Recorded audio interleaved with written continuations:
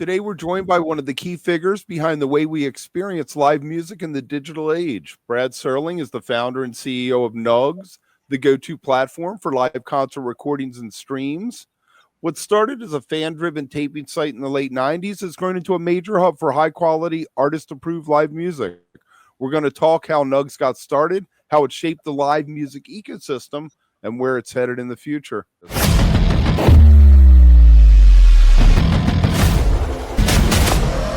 Welcome, Brad. How are we doing today? Doing great, thanks.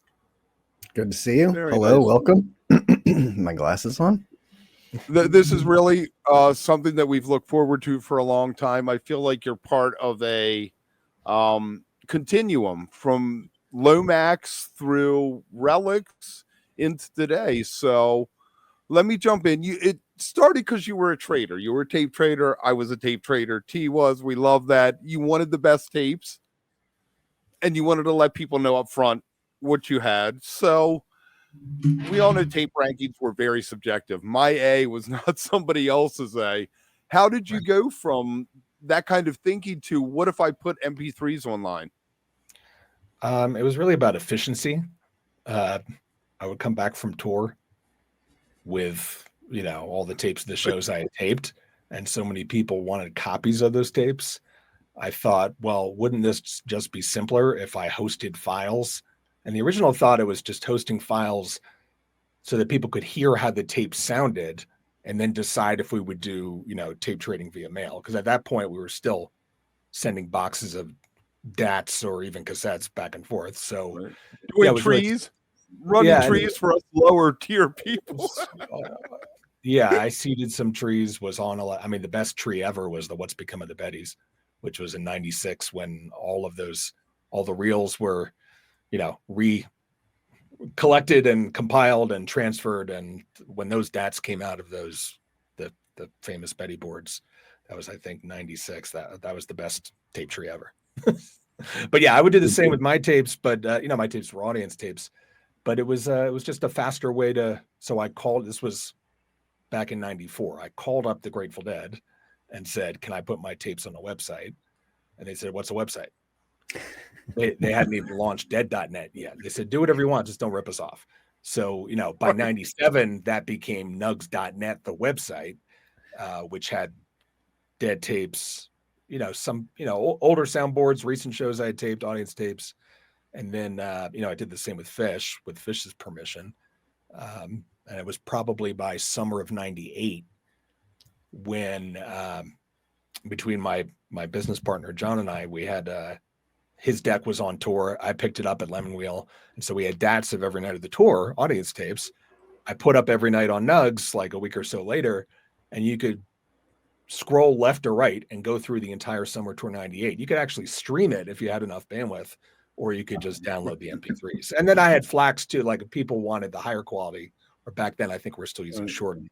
Like you could contact and to be fair, before I went to bed, I would start the download, and I would wake up in the morning, and hopefully the download would be complete. Yeah, and the reason I was able to do that was because my day job was building, corporate websites. Like at the time, I was doing Budweiser.com. So I built the NFL's first website. The reason why I was able to host Nugs was because Anheuser-Busch was paying for this fixed amount of bandwidth each month. And every now and then we would use it because we would go live from like a NASCAR race, and I would be sitting there interviewing NASCAR drivers in a live chat with a little See You See Me live video. So we had all this bandwidth that you had to prepay, and it wasn't being used. So I would fill up the entire pipe with downloads of my Dead tapes and Phish tapes. And my boss at the time, who was Adam Curry, the big-haired VJ who hosted Headbangers Ball, he had quit MTV on the air, started a company. I was his first employee. That was the backstory. He was like, yeah, use all the bandwidth you want. As long as you're not fucking up Budweiser.com, the bandwidth is there, use it. And that's how Nugs started. And when I met Phish's original manager, John Paluska, he thought that was the greatest thing ever, that I was, borrowing from Peter to pay Paul and using Anheuser-Busch bandwidth so that fans could download my Phish tapes from the summer tour. Yeah, he thought that was the greatest thing. Right. That's awesome. That's perfect. That sounds so much like exactly how it should have started too. Like that sounds like the perfect. And I would miraculously line up the travel that Anheuser-Busch paid for, because I was the guy on the road with Right. Budweiser.com for all these events they sponsored. So that miraculously lined up with Phish playing Portland Meadows or the Further Tour, whatever was happening. So I'd have my Tascam DAP one, which was actually paid for by the Major League Baseball Players Association, because at the time we built this site, what you would now call something like Facebook. We built for all the MLB ball players. They each had their own little Facebook page, but it was on a site for MLB. So we had all this gear, and I would sit in the clubhouse at Yankee Stadium and interview Jeter and do stuff, and we would broadcast it live. But that same tape deck I would take the next day to go tape Phish. So I had the tapes, I had the tape deck, I had the travel paid for, and I had the bandwidth paid for. That's really how Nugs started, was because my real job was doing Budweiser.com, MLB, NFL, all that stuff. And I wasn't a sports fan. So like I used to joke, I would be on the field for a World Series game, and I couldn't care less. I'd much rather be, on the side stage. Taping Phish. It all I hear you. So did you realize in that moment that you were changing the culture of tape trading? Not in the least. Again, it was very self-serving. It was a faster way for me to make tapes for people. It was not a business that I conceived as a business. It was not something I was trying to do. I was just trying to make my life easier, because so many people wanted copies of the tapes and there was only so much time in the day. And what I found was really cool was that, the value of last night's show was, an equivalent value to a, Fillmore 1970 Grateful Dead tape. Meaning, if you want a low generation tape from 1970, give somebody a great recording of last night's show, and then they're more likely to trade tapes with you. So that was Right. And I wouldn't call that, but that was just like, establishing value of what was in demand. So the thing that was really apparent was everybody wanted the show that just happened. It didn't matter, sure, people want to trade archival shows, but it was really, that's how I got plugged into a community of dead tape traders, where I got these amazing sounding dead tapes when I was in college. Right. Really, there was a guy, I was an undergrad, and there was a guy who was in the grad school who had the best tape collection I'd ever seen, and he would invite me over to his house, because I would come home from the Garden. If the Dead would play 6 nights at the Garden, I'd have fresh audience tapes, and he had the lowest generation soundboards from 69 and 70 that I'd ever heard. So, and it was back in the cassette day before it was digital, where generation really mattered. Kids today, they don't know.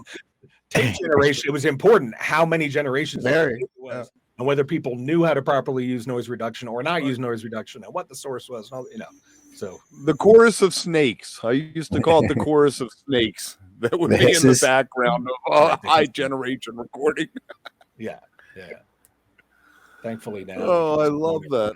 That's amazing. What a great story of like how it started. And again, Kevin and I talked about this the other day when we were talking about the Wall of Sound, and it's sort of one of those things where necessity is the mother of invention again. And it was one of these things where you just saw the like what needed to happen to kind of get these things out there easier, and why not put the files online and make it so much easier to trade. Like then all of a sudden that was the point. And then you fast forward a couple years, 97 is when I set it up as nugs.net. Prior to that, it was really, I was using FTP sites, Gopher sites, other people's websites, eTree, all that stuff. But by 97, I'd launched it as Nugs. And then by 2000, I got a call from the lawyer who represented Grateful Dead and Phish. Luckily or unluckily for me, it was the same guy. So it was kind of one-stop shop. But he said, we either need to shut you down or go into business with you. Because at that point, we were doing 3 million downloads a month of free MP3s from my tape collection, ostensibly paid for by, at that point, I think we were done with Budweiser.com, but the bandwidth was still taken care of. But it was a non-commercial site. I wasn't violating any taping policies. I was never even asking for people to register their email or anything like that. But it became so popular that it was on both of the band's radars, and in a good way and a bad way. So they thought it was great what I was doing for the community, but they're also like, the lawyers, where's our cut? Well, wait a minute, this could eclipse because they had ideas of what they thought they could do on the internet with their tape vaults. Okay. And the long story short was the Grateful Dead ended up hiring me because I sent them a business plan showing how all the free downloads on Nugs, if you attach $ signs to it, and built it into a subscription business. And mind you, this was in June of 2000.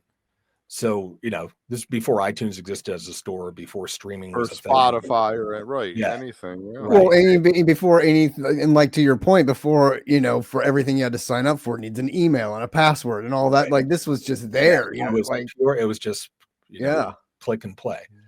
So they were intrigued by the business plan that I had sent them, and they hired me. And I worked. It was about a year and a half. I worked for Grateful Dead. Nice. And it was, an interesting project.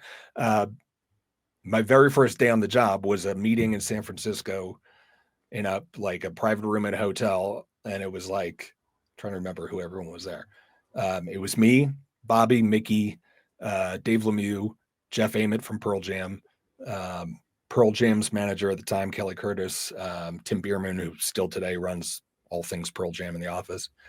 I forget who else. There was a couple other interesting people there, and that was day one. that was my thrown to the fire. Wow. So it was it was a little intimidating, but it was also flattering that they respected my opinion of how this should work. And I think they saw my experience of what I had done building these big corporate websites, major sports league brands, major consumer brands like Budweiser, and saw what I had done just on my own out of the love for the music. And when they introduced me, I think it was when I first met Lemieux, it was and he gave me a tour of the vault. It's like, oh, this is Brad. Is the only one on the internet not ripping us off, because I was just putting the tapes out there, but wasn't charging anything. Right. And, it was, it was a great project, but there was a lot of, you have to remember, this is when Napster was really going crazy. Mm-hmm. And the music industry was kind of turned upside down and didn't know what to do. And you literally had Metallica testifying in Congress, which is so ironic that Metallica was my next big client after Phish, but that's kind of why it happened, because Metallica was looking for a way to give back to the fans, and so and take control of the whole thing, right? By partnering with you. Yeah, exactly. By partnering with me, they could take control of the narrative and literally control, and of course, ultimately make money. But it wasn't. They just didn't want to be upended. They being Pearl Jam, Grateful Dead, Phish, and certainly Metallica. Metallica wasn't upset about file trading. Metallica was upset that things that they didn't want released were being released. It was one thing to trade. Of course, everyone was pissed off about freely trading albums that were supposed to be for sale. But what really got Metallica upset was it was unreleased material that made it out there that they wanted to control what was being released. We were even talking about the live shows. You have to remember, Metallica actually allowed taping, so their fans were actively taping, much like Grateful Dead fans. I mean, not exactly. But there's quite a history of that. You go back to the Great White Album that Dylan did, that was the original Basement tapes. People have clamored for the demos from way back, so you allowed them a platform to present that. Right. Yeah. I came as Phish's guest to the first Bonnaroo. Now Phish wasn't there, but it was Trey. And Paluska at the time said, well, if anyone deserves to be there, it's you, for what you've done for these bands who are coming up, like all the bands who came in the wake of the Grateful Dead, that, Phish, of course, being right at the top there, but all the other bands that played that first Bonnaroo, a lot of their tapes were on Nugs, and a lot of people discovered those bands because you could freely download or stream their shows on Nugs. And I wasn't really thinking of it that way. It was just, this is a cool show. I think people would like it. My first instinct was, when I saw a show or recorded a show that I thought was great, I wanted other people to hear it, and I'd want to make copies for my friends. And again, back to why I put them on a website, was because that was just a more efficient way to do what we were doing through the mail. I mean, it's basically taking what tapers were doing already, I heard I want to share the music with other people, and streamlining it onto there, but still giving it away, which I think, tell me if I'm wrong, but it seems like that would be sort of the most attractive thing when you sat down with those bands and they're like, well, you've built all of this, which is incredible, so we don't have to build it. The infrastructure is there. You know what you're doing, and you're not out to do it to make the money, right? You're not out ripping us off to solely do it for yourself. You're out there for the people. You're like putting it out, which is kind of what the Dead was all about anyway, and that kind of thing. So you kind of just flowed into that kind of it was mentality that they had. Definitely something that Grateful Dead management and Phish management recognized in me personally and in what I was doing. Right. And then the same thing happened maybe 10 years later when I met John Landau and we started working with Bruce Springsteen. It was, we were trying to put a deal together, figure out what to do. He called me up one day and said, Brad, Bruce is going to do the deal with you. And it's because, you clearly are doing what you're doing because you love the music and you want people to hear the music. And yes, of course, you've made a business out of it. But, he's like, in the history of Bruce's career, you can imagine all the types of people who try to come to Bruce with business ideas, whatever, and I felt like he was anointing me. It was really flattering. Nice. He's been a great mentor ever since. And, I've always wished Bruce, amazing. Why didn't Bruce record whole tours? I mean, it's like sporadic insane. What you get. We have exclusive distribution rights for Bruce's archives. Yet that is compared to Grateful Dead or Phish, it's from 2000 on, there's tons of tapes. But going back, I mean, we just released the last tape from the Born to Run tour. We did it in December. It was the show. It was up in Toronto right before the New Year's run, December '75. There are no more multi-tracks. There's none left from that tour. Right. We've put out everything from the River tour that was a multi-track. Born in the USA tour, the biggest tour of its time. They didn't record. They didn't even do front of house recordings. Right. So there's some NFL recordings we're trying to get because they were in a lot of NFL stadiums. But it's and John doesn't want to put out just stereotypes or whatever because we've kind of set the bar so high with these multi-track mixes that John Altschuler is doing the mixes of, and that's the same John Altschuler who we had on the road with Phish for years, doing the live Phish mixes. He's still today doing the Phish archive live mixes. He has mixed just about every Bruce Springsteen archive release, and Bruce is on, just finished the tour the other night. John Altschuler mixes every night. So he's doing these incredible multi-track mixes of archival Springsteen. So John Landau's not interested in doing just an audience tape or a soundboard tape, or even, we have these mono cassettes from the Chicken Scratch tour, which is the 77 leg of the after Born to Run, before the Darkness tour. There was this little period where, Bruce was in dispute with the old manager and the label and all this stuff. Incredible performances, but all we have are mono cassettes from the soundboard. And we got 2 of them out there, which were pretty amazing because nobody even had set lists from those shows. They were never in circulation. So those were true nugs when we talk about a nugs coming, a nugget coming from the archive. But we have all these other tapes. He doesn't want to do them. To your point, that's all we got. There are no other, it blows my mind. That's crazy. If I was him, I would have Born on the USA tour. Yeah. Right. Born on the USA tour. Why weren't you recording every show to do a film? You knew that album blew up. You knew how huge that tour was. They just didn't think that way. And growing up at Deadhead, you assume that every other band from that era did what the Grateful Dead did. The answer is no. Most of them Grateful Dead were a unicorn. The fact that Owsley put this into motion to tape everything. And the reason why they were taping was not because they were business geniuses. It was so that they could critique the equipment. And so they could critique the PA and critique the work that Alembic did on the guitars. And of course, as a musician, to hear back the performance. But it wasn't like, one day we're going to turn this into a multi-million. It couldn't be farthest from the truth. Even the Dead doing the taper section was not, they created a taper section so they would not have to police the fans. They just said, no. Put your microphone serious. You're not pissing off the guy behind you. Right. Do you think that doing the same set list every night or very similar set lists like Bruce would do contributes to not wanting to record it because it's the same songs night after night? Well, you also have to realize that until we got into the 2000s, tape was not cheap back then, or especially back then, if you were going to bring 1 or 2 inch, a truck. You'd have a truck out back. You'd have to have a truck, right? The record plant remote truck, and Jimmy Iovine was actually the guy running the.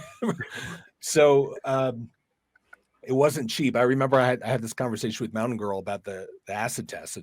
She was the taper for the Pranksters, and she's like, "Well, we have some audio tape, but we have very little video because film stock was so expensive."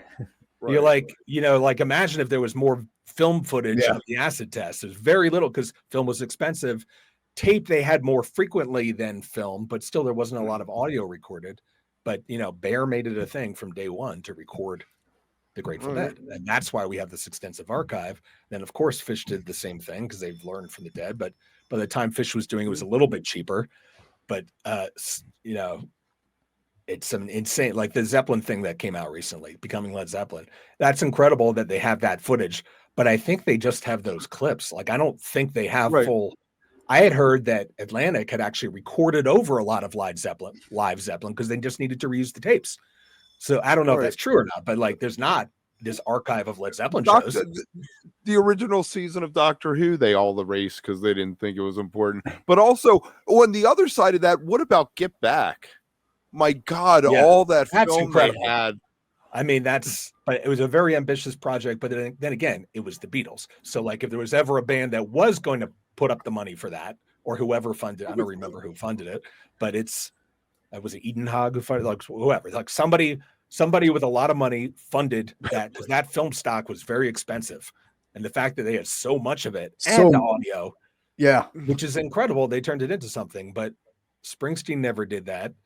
And I'm not knocking Bruce. It just wasn't. It's just I've had conversations with Landau about it. It just wasn't where their head was at. They were about recording an album and going on tour. And going on tour, they do incredibly well, very efficiently. They're probably the greatest touring machine that I've ever worked with. It's amazing to watch that organization at work, and the fact that they're still doing it. And you still got George Travis out there, and you got John, of course.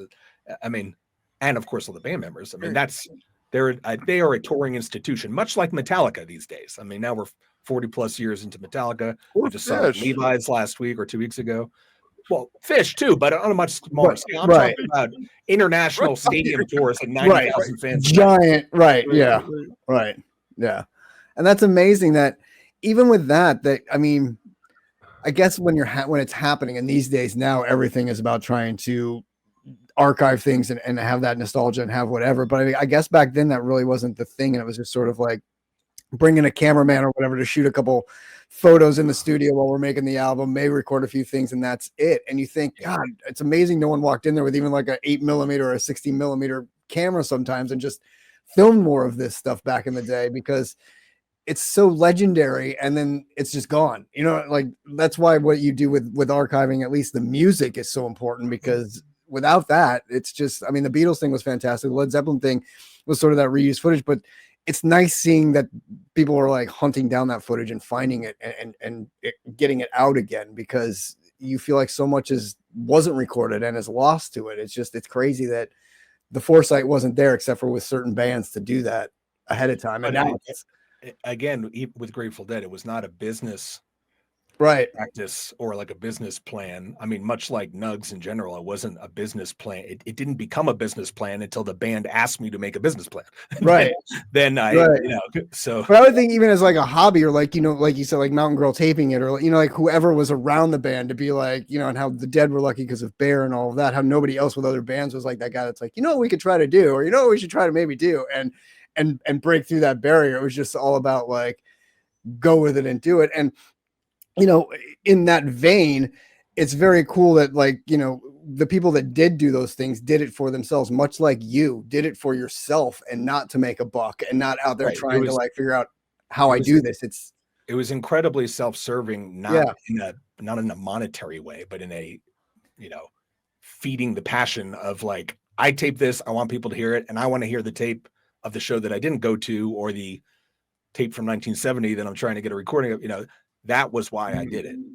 And then the business just kind of mushroomed. And not just the business side of it, but the community you built around that too. Like you went from like tape traders who have always kind of, been this smaller group of people. Like once you get into it, obviously it grows and it grows. You're like, wow, so many people tape. You got to get your foot in the door, though. You got to get a list from someone and meet somebody. But even if you don't and you're not aware of that whole ecosystem or whatever, to be able to listen to something on Nugs or whatever and be like, oh, check out this website, it's got all this live stuff. They're blown away at first. You're like, what?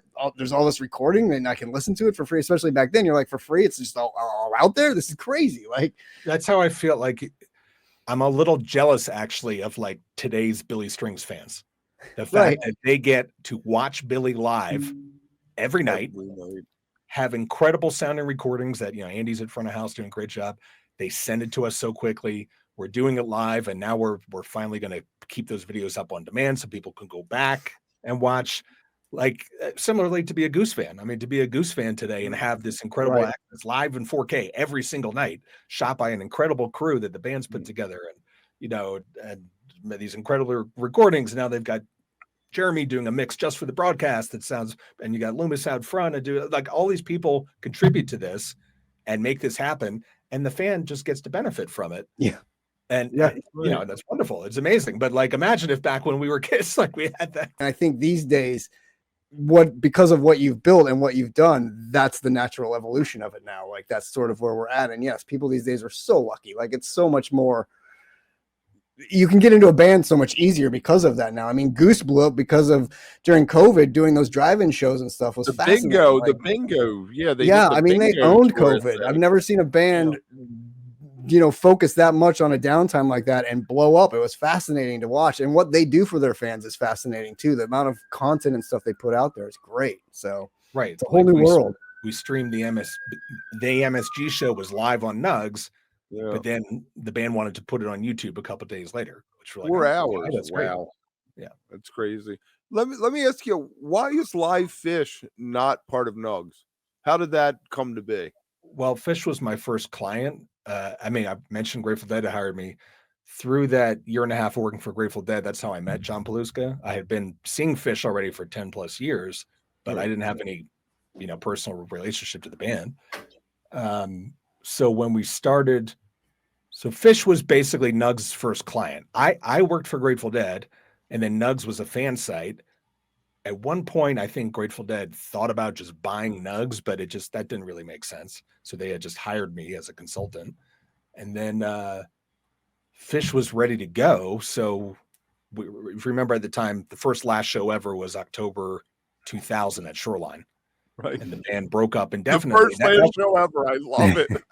That was my first meeting with Phish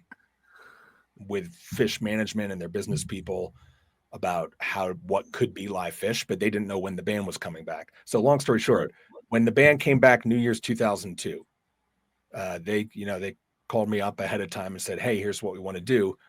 Let's do this thing." So they invited me up to the barn, and I sat down with the band members and we talked through what this would be. And that was where Trey made the pivotal decision that's pretty much changed the path of Nugs. Was they were debating whether they would put out every night or decide, we'll come off stage. And Trey was like, wait, hold on. If we walk off stage each night and have to decide whether to release the show, we'll never agree on anything. Nothing will ever happen. And why do we even have Brad sitting here at this table? Because we'll get in our own way. And so he said, no, from this point forward, and this is New Year's 2002, from this point forward, every single show will be released, whether we like it or not. And, technically, if something was awful, they could not release the show, but they've released every show. Mm-hmm. So anyway, that's why Phish is its own thing, because we launched as livephish.com. And Nugs was still a free site. And I happened to be, at that point, I turned Nugs into an LLC and it became a business so that Phish could pay me. That's how I had to create a business entity. That's when it went from a fan site to a paid site, but the business was live Phish. The business wasn't Nugs. Nugs.net was still a free site. And again, I would credit Trey for that, because Trey actually pulled me aside at that meeting and said, I love what you've been doing with Nugs. I want Nugs to remain free. Just because you're going into business with Phish, I don't want Phish fans to think that you've sold out or that Nugs is not. And that was really meaningful to me. That he thought of that, he cared about that, and he cared about me and my reputation online. They didn't want me to look like an asshole that, Nugs is selling out and Phish. So that's why live Phish is a separate thing, because Nugs Nugs remained free for years, even once we signed String Cheese and Metallica and all this other stuff. Those were separate businesses, and we did livedownloads.com, and we did livecheese.com, and we did livemetallica.com, we did livewidespreadpanic.com. That was intentional. Now, it kind of bit us in the ass eventually, because it created a lot of confusion and, well, what's Live Phish and what's Nugs and what's livedownloads.com? And is that a different company from, people didn't know that it was all me. It was all the same. So once we all entered the subscription streaming era, basically once once Apple allowed you to charge for a subscription, that's when we flipped everything. And we turned, because we had Live Phish was the first music app in the App Store, but it was an a la carte And then we had Live Metallica, that was just a 99-cent app that got you the latest Metallica show for free all the time, streaming, but they didn't support subscription back then. So once Apple, we launched Live Phish as a subscription in 2014, and then we launched Nugs as a subscription in 2015. And so it wasn't until, this is long-winded answer to your question, Live remained Live Phish and became its own streaming service in 2014. Nugs didn't become Nugs the business until 2015, because we still had livedownloads.com and livecheese.com and all those other sites, livemetallica.com. So when we got into the streaming era, we launched an app called Nugs, and we folded livedownloads.com. Nugs.net became the commercial download store, and then Nugs, the app, became the streaming service. But we kept Live Phish because they were the first client. There, and frankly, Phish wanted to be its own thing. They didn't want to be on the site that had string cheese. Of course, they want to be their own thing. That's Phish. That's who they are. So that's why even today, and I just had this conversation with them in Boulder this weekend. Like, hey, well, maybe one day we could merge the. Phish wants to remain Phish, so that's fine. I do hope. I'm not really spilling the beans, but I'm hoping that we're gonna build a bundle where there's like Nugs and there's a Live Phish add-on. Now, none of that's been worked out yet, but that's where I see it heading, because it makes sense. That would be fun. It's like your HBO Max bundle with your Hulu and your whatever. Like that makes sense. That's cool. Trey was worried about backlash in the very early days. How have you dealt with that over the years? From being respecting taper culture to being a subscription model, Yeah, like we used to say, keep Trey off Fantasy Tour. It was, and he famously, or now infamously, said it on tape. It was one of the spring 2003 Trey solo tour that we did every night on Live Phish. He made some comment. I might have been at the Warfield. I can't remember which show. He's like, yeah, I went on Fantasy Tour, and the thing about Fantasy Tour is it's just three guys arguing with each other, and they're all a bunch of assholes. And it just became this thing that people kept recording. But that's, and even today, he's still he's very active in the fan community as lurking. Not, I don't think he's out engaging, right? But we always joke that he watches Book Plus, because we'll say something the next night, they'll do a day in the life. They'll never play a day in the life again, and the next night they play. Yeah, I mean, he's remarkably in tune with what the fans are talking about, and of course, he has a circle of friends that tell him stuff too. But it's, the only time it's, you don't want to overthink it. It's kind of like when he said no for every show from this point goes out. That's just the way it has to be, and most bands can't really get over that. I mean, we finally got to that point with My Morning Jacket. There was, for 20 years, it was like, we'd put out a Bonnaroo show, or we'd put out this, or maybe they'd send an archive show. And then like something clicked, and they started putting out every night. I think it was last summer, right? That we started putting out every show. They play the audio every night. Right. And it just takes that, you need to just let it go. And that doesn't mean that you're letting go of quality or control. I mean, I look at what we do with the E Street Band and with Metallica and Pearl Jam. Like, there's a lot of work that goes into those recordings, but we do it every night. It doesn't mean that you're letting go of quality to put it out every night. You just need to kind of get over the mental hump as an artist that it was performed. The 20,000 people in the room saw it. Why not let them hear it, warts and all? Like, this isn't Frampton Comes Alive. This isn't a fabricated thing in the studio. This is, this is a document of what happened. And ultimately, you're super serving the fan. And that's why Metallica does it. There's no amount of money that I can make from Metallica that registers on the Metallica dollar meter that had, but they still do Live Metallica 20 plus years in, because it's important to them to super serve the fans and make that recording available. And I would think to that point, you're saying, the 20,000 people in the venue, that was there wouldn't want to go home and re-listen to it. But then the millions of fans worldwide who weren't there that want to listen to it and didn't hear it, and you're pleasing them. Yeah, that's certainly important for the bands that play different shows every night. Back to your set list question. And not every band, for years we tried to sign Santana, and we finally did. And he plays the same exact set list every night. Now, of course, it's Carlos, so the guitar solos are wildly, and they're incredible shows. But if you're flipping through and looking at a tour, you're like, how do you know, unless it's the one that you went to? Right. They're all worth listening to, frankly. And I listen to them, I'm telling you they are. But you wouldn't you're not going to collect them. Right. You're going to want the Right. one you're at, and Right. which And we see 'em. see with Metallica fans really want the show they were at. Now there are collectors. Pearl Jam fans collect everything. So Pearl Jam, I think, is the closest parallel to our Phish, Goose, Dead universe. Not so much musically, but in terms of the passion of the fan, the taping, the collecting. Pearl Jam fans are just as insane as Phish fans and Dead fans in terms of wanting to collect everything.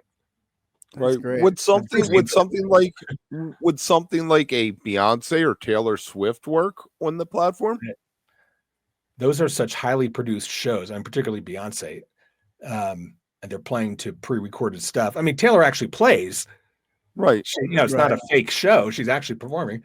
I think it would do well, but again, I think that's more of like a money thing. Like they're printing money on that tour. What do they need? If this is just one other thing for them to worry about, they don't need to do that.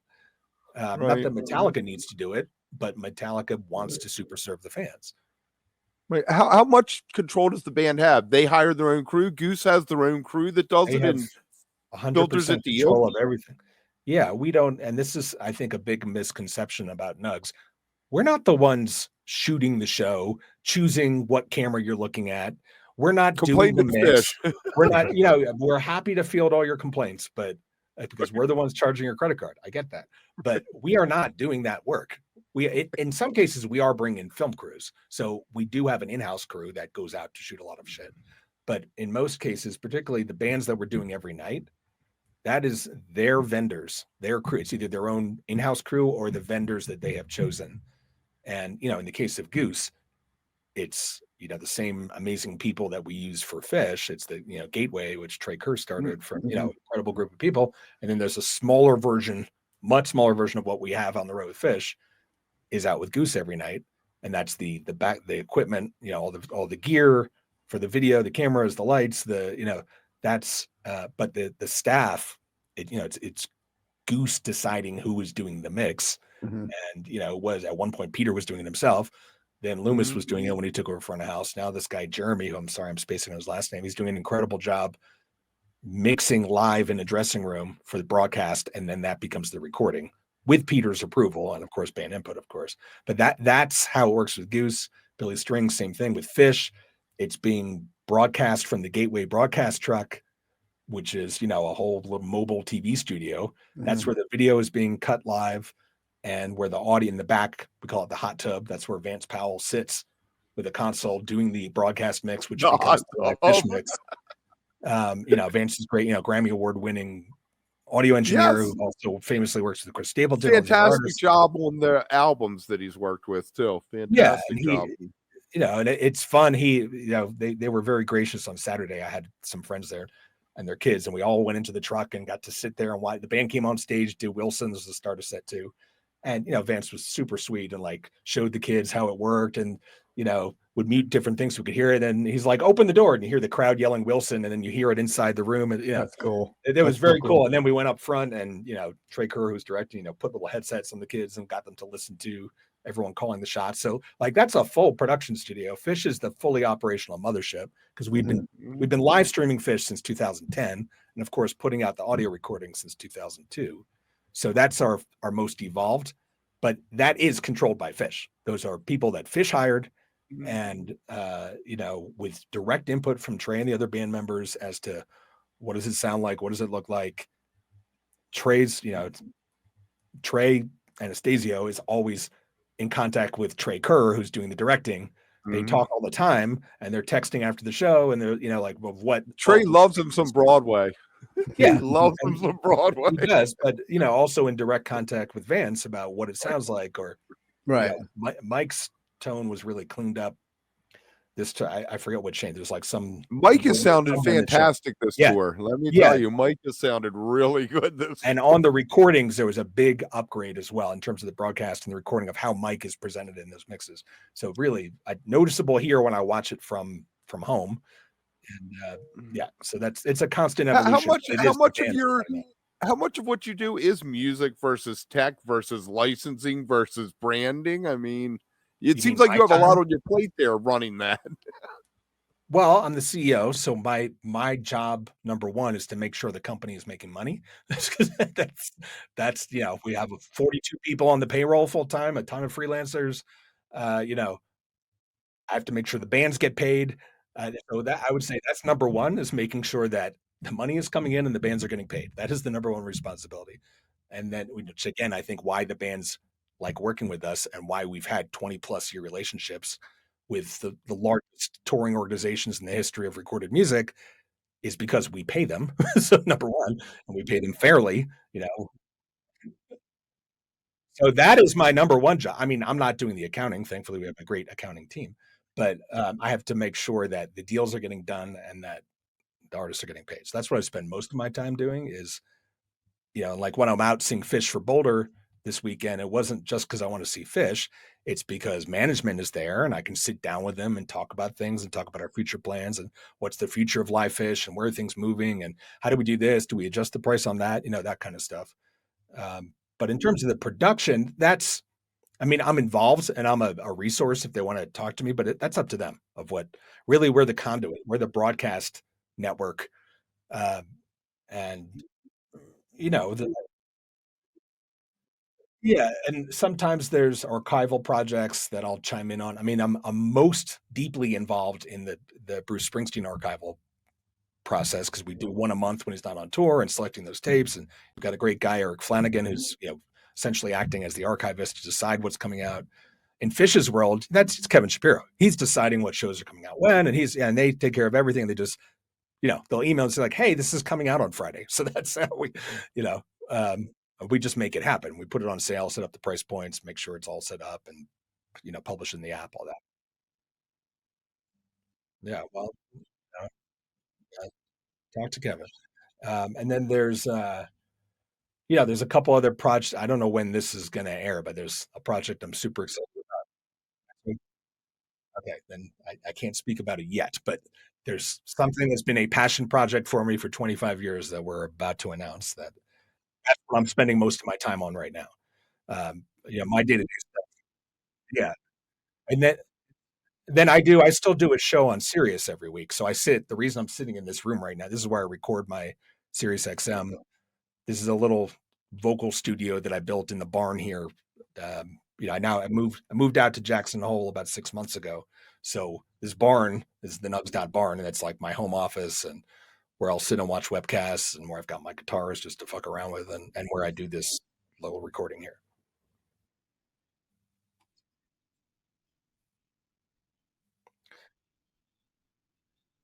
Yeah, well, it was like the app came out 10 years ago. So even though Nugs has been around, as a business since 2002, as a fan site since 97, we had a variety of different logos throughout the years. I had done all the first couple logos. Then when we got the head, the red and black, with the classic, it's the classic now. Yeah. Yes, a former coworker of mine, Valerie, designed that, and that was originally designed for livedownloads.com. That was the Live Downloads logo. Then we co-opted it for Nugs in 2015 when we put out the app. So just after 10 years of that, and it had been that logo had been around for 15 years, we just thought, okay, let's refresh. We also just wanted to rename it because there was a lot of confusion. Is it Nugs? Is it Nugs.net? Is it what does Nugs stand for? We're like, let's just Nugs not net. Like I was joking. It's just a simple Nugs. Everyone in the industry knows us as Nugs. Fans know us as Nugs. So let's just officially call it Nugs. My hat's in the other room, but the Nugs, and we made the purple logo. That's like the little thing that goes inside a 45 RPM record, and it spins, and that's the end. It's also like the dial on a audio console. So that was the genesis of the logo. Nice. And it was this guy, this designer, the Dutch designer that we had who did that, and we actually did it like 3 years ago, and we just didn't have the mental space to like stop and launch it. So we waited until this year and, rolled it out, and feedback's been really good. It's coincidental that I have purple here, but it's like the Terpy Perpy, it's the purple Nugs now. And that's just, we're trying big to on purple. Great. We're big on purple too. We have purple for our logo. So purple's a great color. It's royal. It exudes continents, I think. We also just looked at on your phone home screen, like what other music apps are there and what would stand out. And purple was not being used by, Spotify's Right. green. You got green for Spotify. Right. Right. That makes YouTube sense. was already red. And so like we were red and black. It was like, let's come up with something that pops a little more. Right. Also, it looks really good on the screen. Now that we do more and more video, it looked great when we rolled out the Roku app last month. And, we're similarly going to move that onto Samsung. So yeah, and all the how other is TVs. that? That's cool. Well, how did that come about? Did you say we need to figure out a way to make streaming easier? Let's call Roku up and say, yeah. So we were on when Apple TV first opened up to public apps or private apps. We were the first music app on Apple TV. So we'd been on Apple TV forever, but Apple TV has a much smaller market share than Roku. And the other reason we had a contained Roku ecosystem. You have to be Apple to do it. Yeah, Apple made sense. Roku, we knew there was a huge market in terms of device installs, way bigger than Apple TV. But frankly, no knock to the Roku people. It's a pain in the ass to develop for Roku. It's like some wackadoodle system so we hired another company to build it. They did a great job. It launched, and now they're going to port that over to all the other smart TVs like Samsung and Fire Stick and all that other shit. So we knew we wanted to do Roku for years. We were actually on Roku 10 years ago because Roku built it for us. And then it was a little too early because it was I think it was right after GD50 that we did that. Or maybe it was around the time of GD50. So we had been on Roku, and then like that was fine because they built it. In this case, we had to build it, and we just had to wait for the right time. So we tied it into the rebranding. And again, it was like 10 years anniversary ago. of the app. That's why. Right. It was like 10 years ago right now if it was around Dead 50, right? Exactly. Yes. We want to be on every device. We're talking to, I don't think I can get specific about it, but we're talking to some of the, VR headset people about putting our apps on their stuff. And so that, that'll be some cool shit when, we screw around with that. I don't know if I could do a VR concert. Well, let me ask you that. Do you see that as sort of the next evolution of things? Like we've talked about for years, like having the headset and feeling like you're at the show, watching the show through the headset or having those special cameras on stage and things like that. Yeah. Because I was just wondering how video streaming has kind of been the next evolution of like taping and sort of seeing things live. Do you see VR kind of going that way as far as in-home live, or do you? I think it could be. I think the headsets need to evolve into more of a media entertainment device and not a gaming device. But I don't. It's not something I personally use a lot. I mean, I've messed around during COVID. We did a lot. Okay. So we would broadcast shows in what was then called Oculus venues. Yeah. It was like a public viewing space. And there was even, remember when the metaverse was, before AI took all the headlines, metaverse was what everyone was talking about. Was where everyone was going to live. And we had a Nugs metaverse venue, and it was cool. Like we would stream Billy String shows in there and, whatever. You didn't need a headset for that, but if you had one, you could. So that's, I think there's a possibility there. It's not, I'm not spending a lot of I've seen Lawnmower Man. I'm not going there. I feel like every couple of years we get another like sort of jumpstart into that VR world. Like you said, like before it was like Oculus, and then Facebook did, and Sony did one, and PlayStation, and they just never really catch on. They're kind of there, and Apple just did their Apple Vision, which was kind of hot for a minute. The Apple Vision is the most incredible in terms of what it looks like and what it feels like, and I could see a possibility there. I mean, look, if Apple wants to write us a check and Dream the Dead from Golden Gate Park and Apple Vision, I will happily cash that check on behalf of the band. But I'm not going to invest in it because it's very expensive to do. And, we would need a content partner and a technology partner that wants to fund that, which doors open. The doors maybe someday, open. Right? Like maybe that's where it's going. Who knows? But I was just curious if you had seen anything or anything else that you kind of have your eye on as far as what you see as the future of sort of where we are with broadcasting music or trading music or this whole ecosystem that we're in right now. Well, I think on the basic level, the thing that we know is most important to fans is watching it live. And then secondary to that is having the recording available immediately after the show. So, which continue to improve that. There's always room for improvement in terms of fidelity and speed of turnaround and all that stuff. And, then it's just some fun stuff like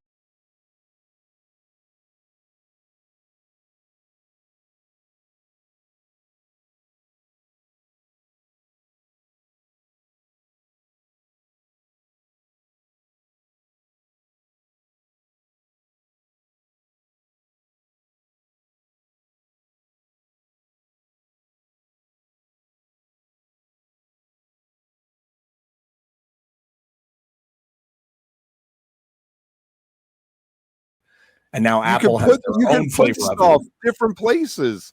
Yeah. From what I hear, like if you're doing it, you can, Yes. So, 3D. imagine doing that live. Like it would have been cool at Folsom where Phish was playing in a football stadium, which I believe was the first time they ever played in a football stadium. And, it would have been cool to fuck around with the sound in real time and do that. But didn't do it yet. Howling. They should have done the howling and let it spin around the whole. We talked about it when Phish was at the Sphere, but it was like there was so much other new stuff happening that to add a live immersive mix on top, it's like, no, it's not now. Yeah. Well, why not? Why no Dead and Company at the Sphere? You'd have to ask the band members because it came from Good answer. It came from them. It was not because of any business reason that I'm aware of. It was artistically they felt. You should show up if you want to see it. Show up. Particularly for John, because he was so personally invested in creating the art, the graphics. This is an in-room only experience. Now, why they didn't release the audio, I can't speak to that, but they just didn't. Right. So that's Yeah. Did 11 tours with them. It was right. Yeah. Oh yeah, I'll be there. Do we get Golden Gate? I can't speak to it yet, but one would hope that. Yeah, let's talk next week. But cool. I like that. Yeah, it's that's where I see the future going, is augmenting what we are doing. Mm-hmm. And then as these new technologies evolve and they become more commonplace, then sure, we want to be on every the augmented reality coupled with the Sphere experience, so I can sit at home and not have to fly into Vegas.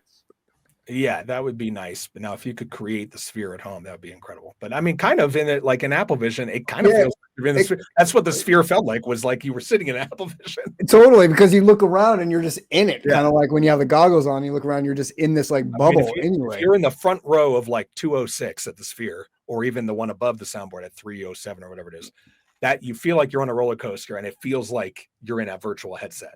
So you could recreate that at home in one of those headsets. So I do think that's where we're headed. And, that would be fantastic. I might even put one on then. And thankfully the artists that we do this with love to experiment and be cutting edge on that kind of stuff. So, and that's the beauty of it. When it's feasible, we will be doing it, and it'll be doing it with the bands that you would expect would be doing it. I feel like you have such a great synergy with the bands that you work with because you're so in line with them as far as just everything, with how you treat the music, how you treat the business, how they want to be treated. Like it feels like such a perfect marriage. The greatest lesson I learned when I first worked for Grateful Dead was that the then CEO of Grateful Dead Productions said to me, the thing about Grateful Dead is money was no object.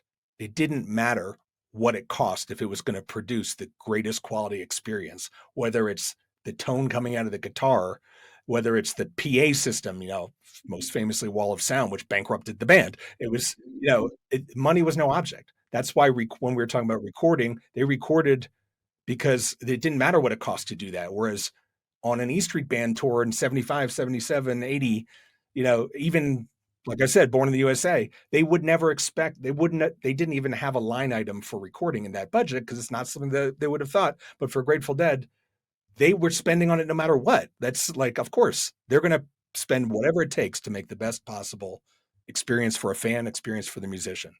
And that's paid off in droves over the last 60 years. Oh, that's amazing. And even, just like Trey telling you, looking out for you and saying, I don't want to take the free out of Nugs. Why don't we build our own platform? Just speaks to that too. Like he sees your vision and is so connected with what you're doing, with what they're doing. It just makes it's fascinating that you've met those guys. Like a good guy. He seems like you're in that ecosystem though. The whole thing feeds itself. Like it's never about the money or like, and everyone always jokes about that. Oh, they have so much money. Why don't they just do this? Or why don't they, it's all for the fans is what it always feels like. And that's kind of your service too. And that's what makes the difference. Right. Again, why I applaud Metallica. It's for the fans. Metallica doesn't need the money.